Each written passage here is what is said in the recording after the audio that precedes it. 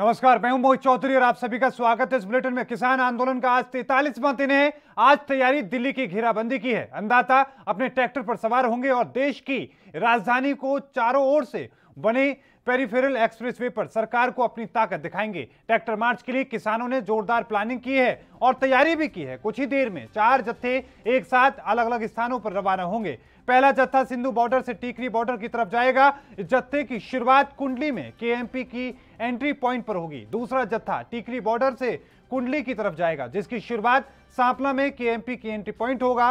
पहला और दूसरा जत्था सांपला और कुंडली के मिड पॉइंट को छूकर वापस अपने शुरुआती बिंदु पर पहुंच जाएंगे। तीसरा जत्था गाजीपुर से पलवल की तरफ जाएगा, जिसकी शुरुआत डासना में केएमपी के एंट्री पॉइंट पर होगी। चौथा जत्था रिवासन में पलवल की तरफ जाएगा, जिसकी शुरुआत रिवासन में केएमपी के एंट्री पॉइंट पर होगी। ये दोनों जत्थे पलवल से अपने प्रस्थान बिंदु पर वापस आएंगे।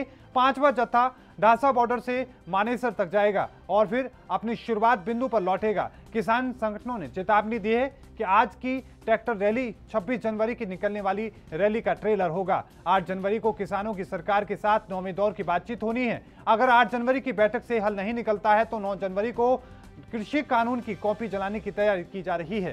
साथ ही 9 जनवरी से ही हरियाणा में किसान संगठन घर घर जाकर लोगों से संपर्क शुरू करेंगे और 26 जनवरी के दिन दिल्ली में ट्रैक्टर परेड की चेतावनी दी गई है। अब ट्रैक्टर मार्च के लिए भारी संख्या में किसान देश के कोने कोने से पहुंच रहे हैं। केएमपी के आसपास अभी भी किसानों की भारी संख्या लगातार इकट्ठा होती जा रही है। किसानों ने आम लोगों से अपील करते हुए कहा कि अगर बहुत जरूरी ना हो तो केएमपी पर ना जाएं। इसके साथ ही आपको बता दें कि 11 बजे से शाम 3 बजे तक किसानों का ट्रैक्टर मार्च होगा। इसके चलते ही यातायात डाइवर्ट किया जाएगा।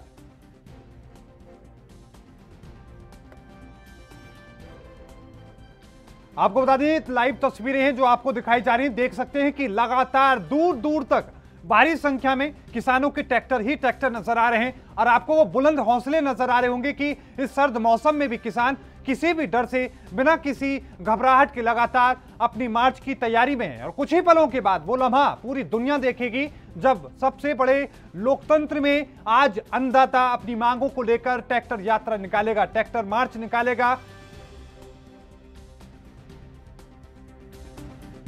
ਅਸੀਂ ਇਹ ਬੋਲਣਾ ਵੀ ਅਸੀਂ ਆਪਣੀ ਜਿੱਤ ਲੈਣ ਆਏ, ਜਿੱਤ ਲੈ ਕੇ ਜਾਵਾਂਗੇ। ਜੇ ਕੋਈ ਮੁਸੀਬਤ ਵੀ ਬਣੂ ਤਾਂ ਅਸੀਂ ਜਨਾਨੀਆਂ ਬੰਦਿਆਂ ਦੇ ਮਗਰੋਂ ਵੀ ਉਸੇ ਤਰ੍ਹਾਂ ਕੰਮ ਚਲਾਵਾਂਗੇ। ਅਸੀਂ ਇਹ ਨਹੀਂ ਵੀ ਪਿੱਛੇ ਹਟਣ ਵਾਲੀਆਂ ਨਹੀਂ, ਅਸੀਂ ਪਿੱਛੇ ਹਟਾਂਗੇ। ये करते रहेंगे, मतलब पीछे नहीं हटना। ਪਿੱਛੇ ਨਹੀਂ ਹਟਣਾ, ਪਿੱਛੇ ਨਹੀਂ ਹਟਣਾ। ਆਪਣੀ ਜਿੱਤ, ਆਪਣਾ ਹੱਕ ਲੈ ਕੇ ਜਾਵਾਂਗੇ। ਹਾਂ ਹਾਂ, ਹੱਕ ਲੈ ਕੇ ਜਾਵਾਂਗੇ। हाँ पता, मेरा वड्डा बेटा आया, मेरा पति आया, मेरा एक पोतरी आई है, पोतरा आया। मैनू कोई टेंशन नहीं है। मेरे बच्चे इत्थे रह भी जाणगे, मैं घर दा कारोबार सारा चला सकदी हां। खेतीबाड़ी दा मैं काम करदी हां, अपने पति दे नाल हत्थ वटाउंदी हां। इसे तरह वटाउंदे रहांगे, सानू कोई दुख नहीं। सानू दुख इह हो कि मोदी साडे नाल इस तरह दी वरतो वरदादी ना करे। साडा हक सानू दवे, असीं हसदे खेडदे अपने घरां नूं वापस जाइए। हाँ, हक लेके रहना। वो तो उनके, हम तो उनको बोल रहे हैं जितनी जल्दी कर देगा अच्छा रहेगा, नहीं तो बढ़ता ही जाएगा ये काम। तो हम तो अपनी मौत के जो फ्रंट इसने लागू की है तो हम तो मरने आए, मारना तो मार दे, ऐसे तो जाएंगे नहीं हम तो अपना संघर्ष जीत कर ही जाएंगे, ऐसे नहीं जाएंगे। कुछ भी कर ले, जो करना, गोलियां चलानी गोली चला ले, डांगे जो भी करना करे। ये हाँ जी, हाँ हक लेकर जाएंगे। मैं निशान सिंह पिंड कवाड़ का किसान मजदूर संघर्ष कमेटी का प्रधान। ਅਸੀਂ ਤੇ 40 ਦਿਨ ਤੋਂ ਇੱਥੇ ਬੈਠੇ, ਜਦੋਂ ਦਾ ਆਪਣਾ ਸੰਘਰਸ਼। ਹਾਂਜੀ, ਇੱਥੇ ਬੈਠੇ ਹਾਂ। ਮੈਂ 40-45 ਦਿਨ ਹੀ ਹੋ ਗਏ ਸਾਨੂੰ। ਤਾਂ ਅਸੀਂ ਵੀ ਜਿੰਨਾ ਚਿਰ ਇਹਨੇ ਤਿੰਨੋਂ ਕਾਨੂੰਨ ਆਪ ਵਾਪਸ ਨਾ ਲਾਏ ਉਹਨਾਂ ਚਿਰ ਵਾਪਸ ਨਹੀਂ ਜਾਏंगे। ਤਾਂ ਅੱਜ ਜਾਏਗਾ ਟੀਕਰੀ ਬਾਰਡਰ, ਜਿਸ ਤਰ੍ਹਾਂ ਗਾੜੀ ਸਾਡੇ ਆਗੂਆਂ ਦਾ ਹੁਕਮ ਹੋਊ ਉਸ ਤਰ੍ਹਾਂ ਮਗਰ ਅਸੀਂ ਚੱਲ ਜਾਵਾਂਗੇ। ਜਿਸ ਤਰ੍ਹਾਂ ਜਿੱਧਰ ਜਾਣਗੇ ਤਾਂ ਉੱਧਰ ਤੁਰੇ ਜਾਵਾਂਗੇ। ਸਾਨੂੰ ਪਤਾ ਪੂਰਾ ਨਹੀਂ ਪਤਾ ਕਿ ਕਿੱਧਰ ਨੂੰ ਜਾਣਾ, ਸਾਨੂੰ ਪੂਰਾ ਪਲਾਨ ਦਾ ਨਹੀਂ ਪਤਾ। ਤਾਂ ਸਾਡੇ ਆਪਣੇ ਜਿਹੜੇ ਆਗੂ ਉਹਨਾਂ ਨੂੰ ਪਤਾ। ਤਾਂ ਬਾਅਦ ਜੋ ਮਗਰ ਅਸੀਂ ਤੁਰੇ ਜਾਵਾਂਗੇ। ਠੀਕ ਹੈ ਨਾ। आपको लग रहा है कि आपका हक लेके जाना है? ਬਿਲਕੁਲ ਬਿਲकुल ਜੀ। ਜੇ ਸਾਡੀਆਂ ਜ਼ਮੀਨਾਂ ਖੁੱਸ ਗਈਆਂ ਤੇ ਸਾਡੇ ਬੱਚਿਆਂ ਦਾ ਭਵਿੱਖ ਖਤਮ ਹੋ ਗਿਆ ਤੇ ਅਸੀਂ ਪਿੰਡ ਜਾ ਕੇ ਆਪਣਾ ਕੀ ਕਰਨਾ ਪਿੰਡ ਜਾ ਕੇ। ਤੇ ਜੇ ਸਾਨੂੰ ਕੋਈ ਉੱਥੇ ਪਿੰਡ ਭੁੱਖੇ ਮਰਨੋਂ ਇੱਥੇ ਮਰਨਾ ਚੰਗਾ ਨਹੀਂ। ਤੇ ਜੇ ਜਿੰਨਾ ਚਿਰ ਕਾਨੂੰਨ ਵਾਪਸ ਨਾ ਹੋਣੇ, ਚਿਰ ਵਾਪਸ ਨਹੀਂ ਜਾਣਾ, ਭਾਵੇਂ 6 ਮਹੀਨੇ ਲੱਗ ਜਾਣ ਜਾਂ ਸਾਲ ਲੱਗ ਜਾਏ। ट्रैक्टर रैली चलेंगे, लेकिन आज रिहर्सल है और 26 तारीख की ये तैयारी है किस्म से। कहाँ से कहाँ तक आपका दौरा रहेगा? ये यहाँ से रहेंगे, हम डासना जाएंगे, डासना से फिर अलीगढ़ रोड पर जाएंगे और अलीगढ़ रोड पर वहाँ रुकेंगे, वहाँ लंगर भंडारा होगा, फिर वहाँ से वापसी आएंगे। ये रहेगा। तो नोएडा वाले जो ट्रैक्टर हैं सारे उनको कैसे? वो नोएडा वाले ट्रैक्टर आगे जाएंगे, वे पलवल तक जाएंगे। ये 2 पार्ट में कराए क्योंकि 130 किलोमीटर के आसपास बैठता है ये, यहाँ से और अगर पलवल हम जाएंगे तो लंबा बैठता है, तो इनको 2 हिस्सों में कर दिया इसको। तो सरकार को सचेत करने के लिए, हाँ सरकार को सचेत कर रहे। हाँ तो सरकार से अगली वार्ता आपके 8 तारीख को होनी 8 तारीख में कल वार्ता होगी। क्या लगता है निर्णय कुछ निकल पाएगा? हाँ उम्मीद तो है कि सरकार सुधर की होगी, उसको ज्ञान प्राप्त हो गया होगा। आज जिस तरह रैली निकाल रहे हैं तो सरकार को कोई ना कोई डर होगा इस चीज को लेकर? नहीं डर कहाँ रही, सरकार बहुत टाइट है, डर नहीं रही अभी। तो जिस तरीके से आप लगातार कह रहे थे हम लोग ट्रैक्टर रैली निकालेंगे, हाँ। ट्रैक्टर रैली निकालेंगे, उसके बावजूद भी कोई सही ठोस कदम नहीं निकाल पा रही। अब देखेंगे कल क्या कहते हैं। में कंटिन्यू है।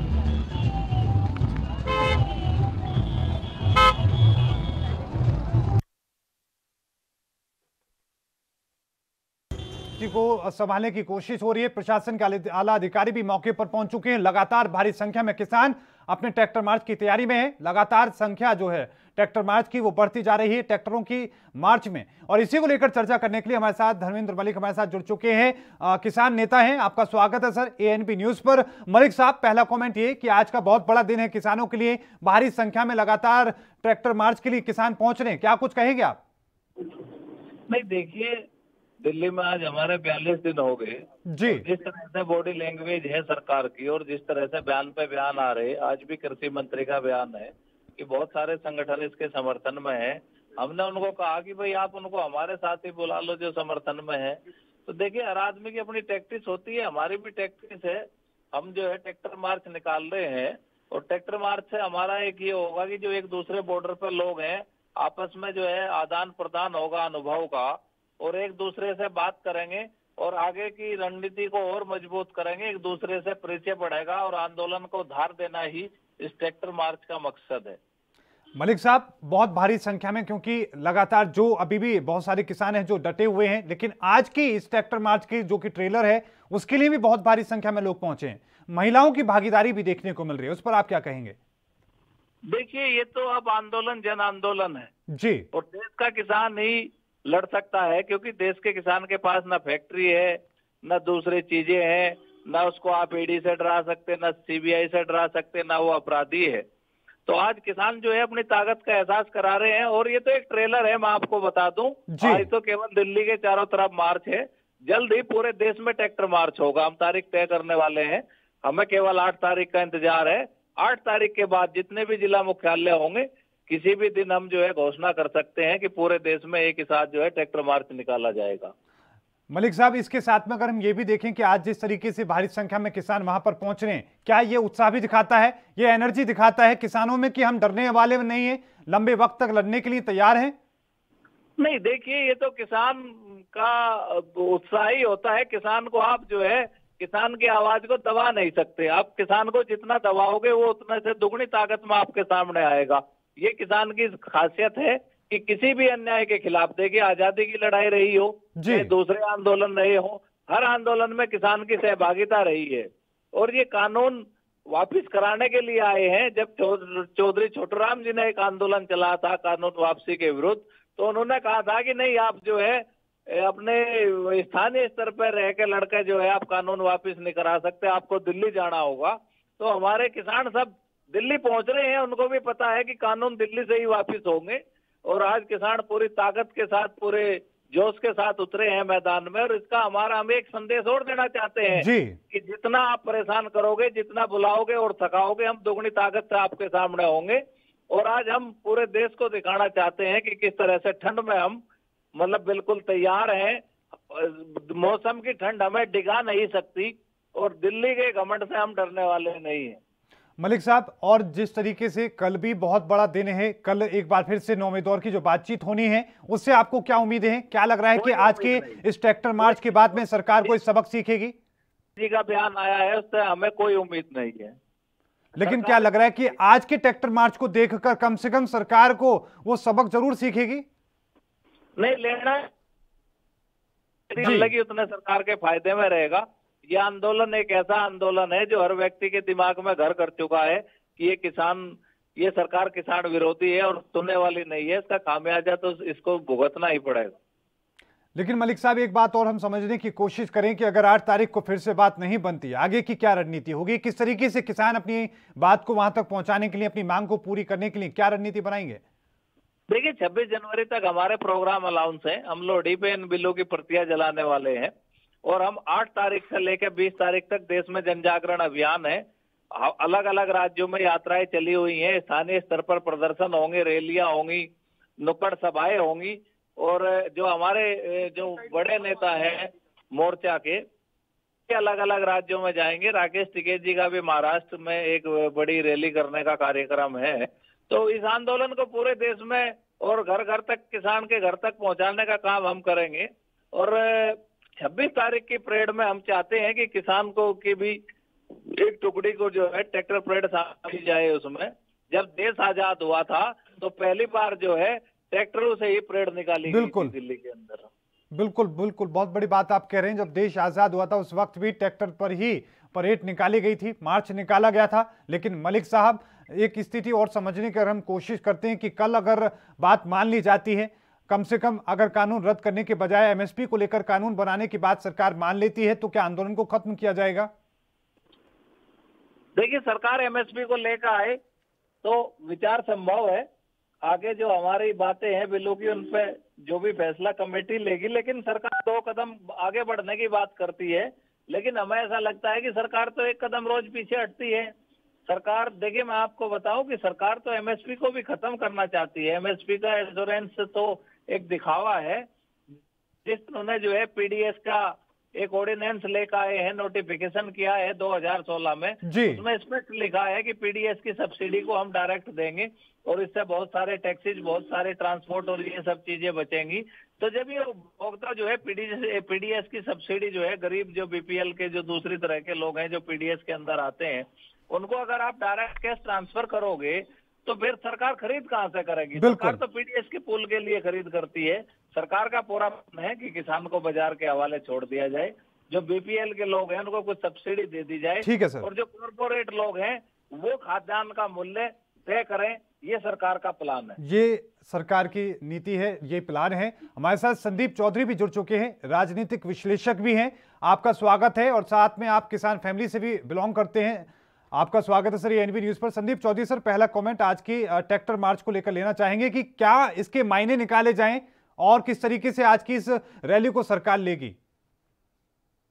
देखिए, ट्रैक्टर मार्च को आप इस तरीके से देख सकते हैं, जिस तरीके से जवान अपनी परेड करता है, कदम ताल करता है और अपनी उपस्थिति दर्ज कराता है मजबूती से, ठीक इसी तरीके से किसान अपना ट्रैक्टर मार्च करके सरकार को आगाह करने चाहते हैं, सरकार को चेताना चाहते हैं कि हम कमजोर नहीं हैं, हम हर तरीके से मजबूत हैं। जिस तरीके से लगभग 2 महीने होने को है हम बॉर्डर पर डटे हुए हैं, इसी तरीके से हम आगे भी दिल्ली को घेर के रख सकते हैं। तो सरकार को गंभीरता से सोचना पड़ेगा किसानों की मांगों के बारे में, किसानों की मांगों के बारे में। और जिस तरीके से आज किसान अपनी मांग को लेकर खड़ा है, आने वाले टाइम में कई प्रदेशों में चुनाव भी है, सरकार को भी किसानों के, मजदूरों के दरवाजे जाना पड़ेगा। तो कई चीजें हैं जो मौजूदा सरकार को ध्यान में रखनी है और किसानों की बातों को गंभीरता से लेना है। और मुझे लगता है कि सरकार 26 जनवरी से पहले कोई ना कोई ऐसा निष्कर्ष पे पहुंचेगी, ऐसा रास्ता निकालेगी कि ये किसान आंदोलन खत्म हो।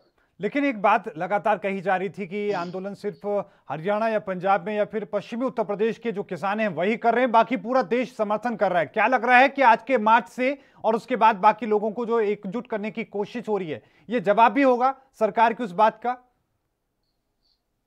देखिए मोहित जी, मैं आपको बता दूं, जिस तरीके से हमारी सेना देश के बॉर्डर पे खड़ी है, चाइना पाकिस्तान के बॉर्डर पे खड़ी है, तो हर घर से आदमी फौज में नहीं है, लेकिन हिंदुस्तान का एक एक आदमी उसकी फीलिंग्स अपनी देश की फौज के साथ में खड़ी है। ठीक इसी तरीके से हर किसान के साथ आज पूरा देश खड़ा है।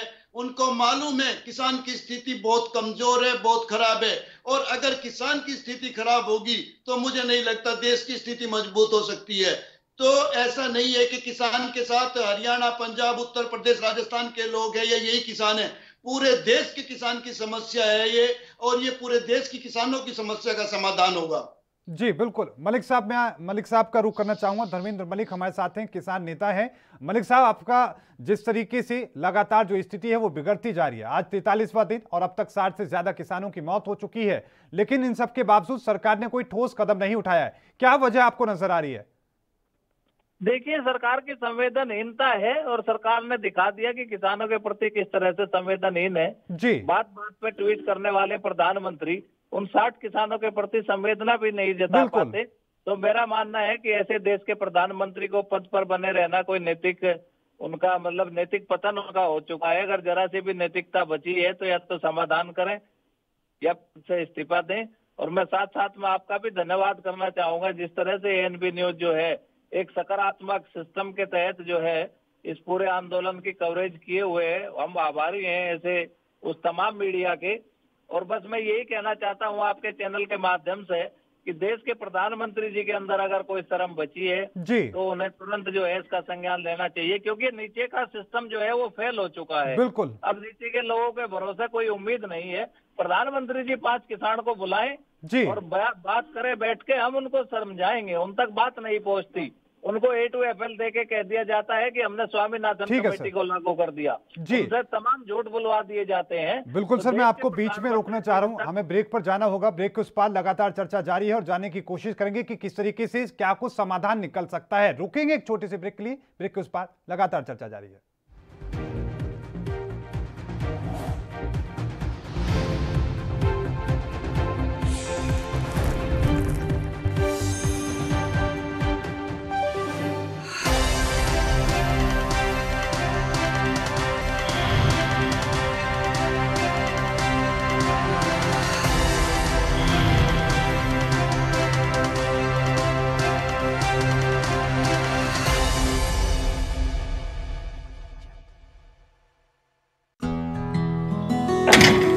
बस करो माल साहब, तुसी रेडी होके फिर शुरू हो गए। ਤੁਹਾਡੀ ਵੀ ਨਾ એનર્ਜੀ ਨਹੀਂ ਖਤਮ ਹੁੰਦੀ। ਸਤਿ ਸ਼੍ਰੀ ਅਕਾਲ ਫੁੱਫੜ ਜੀ। ਓਏ ਸਤਿ ਸ਼੍ਰੀ ਅਕਾਲ। ਓਏ 8 ਵਜੇ ਦਾ ਕਹਿ ਕੇ 11 ਵਜੇ ਆਤੇ ਕੀ ਕਰੀਏ ਫੁੱਫੜ ਜੀ, ਅੱਖ ਹੀ ਨਹੀਂ ਖੁੱਲਦੀ। ਥੱਕਿਆ ਜਿਹਾ ਸਰੀਰ ਰਹਿੰਦਾ। ਤੁਹਾਡੇ ਚ ਇਸ ਉਮਰੇ ਵੀ ਪੂਰੀ ਫੁਰਤੀ ਹੈ।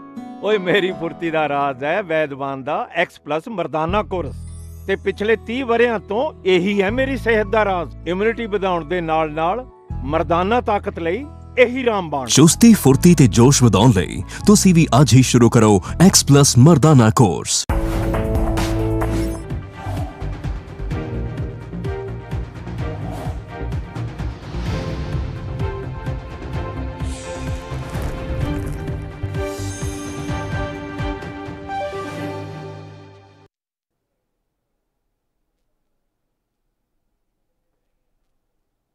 ब्रेक के बाद एक बार फिर से आप सभी का स्वागत है। फिर से रुख करते हैं चर्चा का। संदीप चौधरी राजनीतिक विश्लेषक हमारे साथ बने हुए, साथ में धर्मेंद्र मलिक किसान नेता हमारे साथ बने हुए। संदीप चौधरी सर, मैं आपसे जानने की कोशिश ये करूंगा कि लगातार इतना लंबा वक्त हो चुका है, सरकार ने अब तक कोई ठोस कदम नहीं उठाया है। क्या सरकार ने इस बात को अपनी मूंछ का बाल बना लिया है कि हम कानून को रद्द नहीं करेंगे? देखिए मोहित जी, एक तो ईगो प्रॉब्लम इसमें है जी। दूसरी चीज है कि किसानों को हल्के में लिया गया जी। सरकार को लगा जिस तरीके से शाहीन बाग का मामला निपट गया, जिस तरीके से ऐसे दूसरे कई मामले कई आवाजें उठी और वो दब गई या दबा दी गई, लेकिन सरकार को ये उम्मीद नहीं थी, ये आइडिया नहीं था कि किसान आंदोलन इतनी मजबूती से रखा जाएगा जो इनके नाक में दम करके रख देगा। और आज की तारीख में किसान आंदोलन का सरकार के पास कोई भी फार्मूला नहीं है कि बिना किसानों की शर्तों के ये चीज निपट जाए। सरकार सारी कोशिशें करके देख चुकी है, चाहे मीडिया के माध्यम से हो, चाहे अपने संगठन के माध्यम से हो।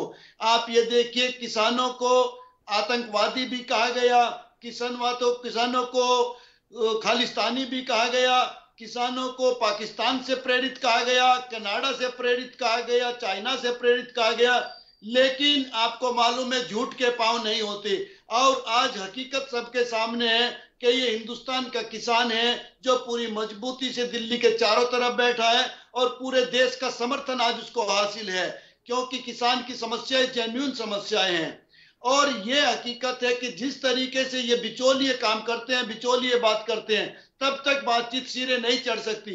मुझे लगता है अगर देश के प्रधानमंत्री हकीकत में एक चाय वाला है, हकीकत में रूट से जुड़ा हुआ है, तो मुझे लगता है सब बिचौलियों को हटाकर देश के प्रधानमंत्री को आगे आना चाहिए। अगर 2014 में इलेक्शन से पहले वो सैनिकों की रैली कर सकते हैं, किसानों की रैली कर सकते हैं, मजदूरों की रैली कर सकते हैं, तो मुझे लगता है किसानों की समस्या के समाधान के लिए देश के प्रधानमंत्री को आगे आना चाहिए और किसानों के बीच में बैठकर बात करनी चाहिए। जी बिल्कुल, बहुत बड़ी बात आपने कही है। मलिक साहब का भी मैं कमेंट इस पर लेना चाहूंगा। क्या लगता है मलिक साहब की सीधे तौर पर प्रधानमंत्री को भी किसानों से सीधी बात करनी चाहिए, बीच की बिचौलियों को हटाना होगा? नहीं, बिल्कुल प्रधानमंत्री जी को बात करनी चाहिए। दरअसल 1 महीना वो प्रधानमंत्री जी डिफेंड करते रहे जी, और उनको गलत तर्क से वो डिफेंड करते रहे, तो प्रधानमंत्री पे भी एलिगेशन लगे कि देश का प्रधानमंत्री झूठ बोलता है। तो देखो, प्रधानमंत्री तो वो सबके ही है, हमारे भी है, शर्म हमको भी आती है जी। कोई कहे कि भारत का प्रधानमंत्री झूठ बोलता है। प्रधानमंत्री जी को एक जांच करानी चाहिए इंटरनल। कुछ ऐसे लोग हैं जो नरेंद्र मोदी विरोधी गुट है भारतीय जनता पार्टी में, वो सक्रिय है और वो भी कहीं ना कहीं चाहता है कि किसानों को गुमराह किया जाए, प्रधानमंत्री को गुमराह किया जाए और ये मामला ऐसे ही चलता रहे। हमें तो ऐसा नजर आता है। लेकिन मलिक साहब, एक बात और हम समझने की कोशिश करें कि सरकार लगातार ये बात कह रही है कि हम तो तमाम तरह के मुद्दों को लेकर चर्चा करने के लिए तैयार हैं। सरकार में ही विपक्ष का जो अब दबाव बन रहा है, विपक्ष के लोग हावी हो रहे हैं, यही वजह है कि चर्चा एक सही रास्ते पर नहीं पहुंच पा रही है। देखिए, करनी और कथनी का जो अंतर है ये पहले से ही चलता आया है कि हमेशा यही रहता है, सरकार किसी की भी हो, कि भाई हाथी के दांत जो है खाने के कुछ और होते हैं, दिखाने के कुछ और होते हैं जी। एक तरफ तो कहते हैं हम चर्चा करने को तैयार हैं, एक तरफ कहते हैं कि इस बिल के समर्थन में किसान है। बस मेरा एक छोटी सी बात मैं कहना चाहूंगा कि देखिए, कृषि और किसान जब ये बिल नहीं थे तब भी था जी, और जब ये बिल नहीं रहेंगे तब भी रहेगा। देश जो है बड़ा होता है जी, जन कल्याणकारी योजनाएं लागू करना सरकार का कार्य होता है। देश से बड़ी कोई सरकार नहीं होती, देश है तो सरकार है। जिस तरह से आज का माहौल है, प्रधानमंत्री जी को तुरंत कहना चाहिए, सरकार कभी छोटी नहीं होती, सरकार का दिल हमेशा बड़ा होता है। प्रधानमंत्री जी को कहना चाहिए कि हमारे किसान भाई को ऐतराज है तो हम इन बिल को वापस लेते हैं और दोबारा किसानों के साथ एक कमेटी बना के और इनकी ये अच्छाइयों को बता के दोबारा एक ड्राफ्ट हम सबके साथ मिलकर लेकर आएंगे। इसमें सरकार को बिल्कुल भी एरोगेंट नहीं होना चाहिए, ये सरकार की मानता होगी। जी बिल्कुल। संदीप चौधरी सर, क्या एक इस ईगो की वजह से जो ब्रांड मोदी था उसको नुकसान पहुंच रहा है, उसको लगातार उसकी क्षति हो रही है, उसको एक तरीके से लगातार जिस तरीके से किसी भी चुनाव में प्रधानमंत्री मोदी को आगे कर दिया जाता था, वो नाम अब खराब होता जा रहा है इस आंदोलन की वजह से? जी बिल्कुल मोहित जी, मैं आपकी बात से सहमत हूं। जो एक राजनीति का हीरो बनकर उभरा था, वो कहीं न कहीं दिन प्रतिदिन राजनीति का विलन बनता जा रहा है।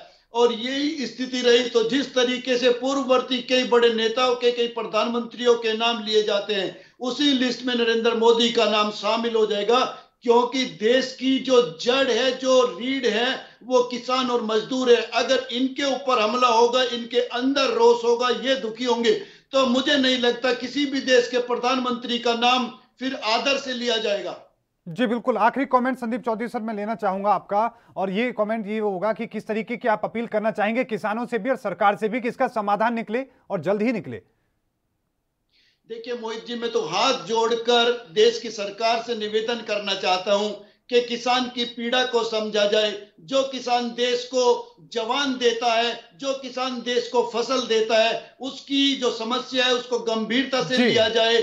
और मुझे लगता है बड़े नेताओं को न विज्ञान भवन में बैठकर उनसे बात करनी चाहिए, उनके बीच में जाना चाहिए और उनकी समस्या का समाधान करना चाहिए। अगर उनको किसान बिलों से समस्या है तो अपने किसान की बात को बड़ी रखते हुए उस किसान बिल को वापस लिया जाना चाहिए। बिल्कुल, बहुत बहुत धन्यवाद आप दोनों मेहमानों का हमारे साथ जुड़ने के लिए, अपना कीमती वक्त साझा करने के लिए। मलिक साहब, मैं आपका आखिरी कमेंट लेना चाह रहा था लेकिन समय की कमी के चलते नहीं ले पाया, लेकिन आपने देखा कि किस तरीके से लगातार मार्च बड़ा होता जा रहा है, लगातार वहां पर लोग पहुंच रहे हैं। लेकिन इस बीच एक बड़ी खबर सामने आ रही है। आपको बता दें कि इस वक्त की बड़ी और महत्वपूर्ण खबर पंजाब के जीरकपुर से सामने आ रही है। इस वक्त की बड़ी खबर, अवैध अंग्रेजी शराब की गोरखधंधे का भंडाफोड़ हुआ है। आपको बताते चले कि यमुना एन्क्लेव में एक्साइज विभाग की छापेमारी की गई है। छापेमारी के दौरान यह पूरे मामले का खुलासा हुआ है। इस मामले में अब तक 5 लोगों को गिरफ्तार किया जा चुका है। तस्वीरें आप देख सकते हैं, एक्सक्लूसिव तस्वीरें एएनबी न्यूज के माध्यम से आप तक पहुंचाई जा रही है। अंग्रेजी शराब की खाली बोतलें और डिब्बे भी बरामद किए गए हैं। भारी संख्या में पुलिस कर्मी वहां पर मौजूद है, सुरक्षा बल के जब वहां पर लगातार वहां पर पहुंच चुके हैं और साथ में आपको यह भी बताते चले कि तमाम स्थिति का जायजा लिया जा रहा है। पंजाब के जीरकपुर का यह पूरा मामला है जहां पर अवैध शराब की जो ये कंपनी का खुलासा हुआ है, फैक्ट्री का खुलासा हुआ है। इस वक्त ये बड़ी खबर आपकी टीवी स्क्रीन पर। यमुना एनक्लेव में एक्साइज विभाग की छापेमारी है। छापेमारी के साथ में पुलिसकर्मी भी वहां पर मौजूद हैं। अब तक 5 लोगों को गिरफ्तार करने में कामयाबी पुलिस को मिली है। 6 पेटी अवैध शराब भी अंग्रेजी की वहां पर बरामद की गई है। इससे पहले भी लगातार आपको बता दें कि पंजाब पुलिस लगातार इस तरह के अभियानों को लेकर जारी कर रखी है और साथ में इस तरह के अभियान जारी है। लेकिन इस बीच ये बड़ा मामला सामने आया है जहां पर इस पूरे मामले का खुलासा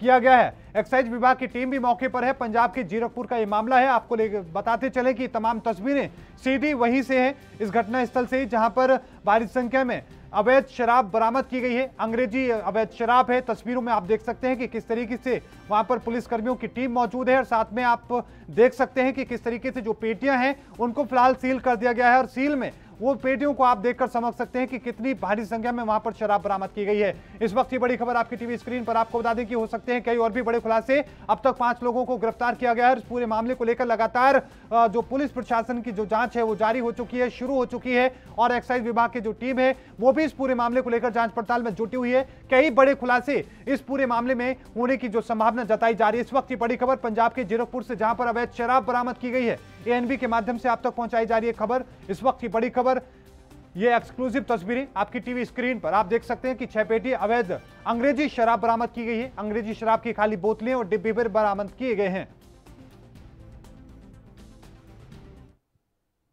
और इस बुलेटिन में अभी के लिए इतना ही। देखते रहिए एएनपी न्यूज। मुझे दीजिए इजाजत। धन्यवाद।